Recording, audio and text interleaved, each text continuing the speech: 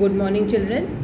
We were doing constitutional design lesson in our previous class, and we had stopped at this point that the members of the Constituent Assembly represented different social groups, castes, classes, religions, and occupations. Now we will continue from the next paragraph.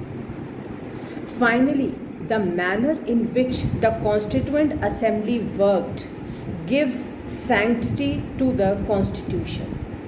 Finally, the manner in which the Constituent Assembly worked gives sanctity to the Constitution. Sanctity to the Constitution means the importance which it deserves.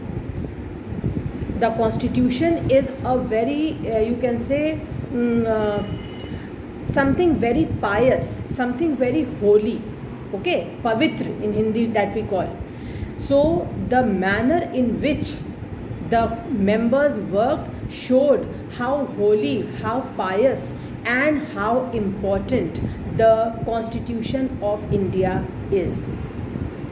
The Constituent Assembly worked in a systematic, open, and consensual manner. Systematic, obviously, because it was concerned with the Constitution, and Constitution is, it represents our country. It is a kind of representation of India, so it cannot be taken as a joke.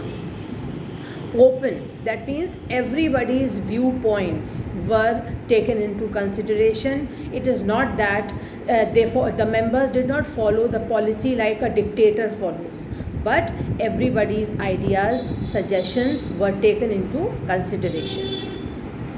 The Constituent Assembly worked in a systematic, open, and consensual manner. Everybody's consent, everybody's agreement was taken into consideration. First, some basic principles were decided and agreed upon. Then, a drafting committee chaired by Dr. B.R. Ambedkar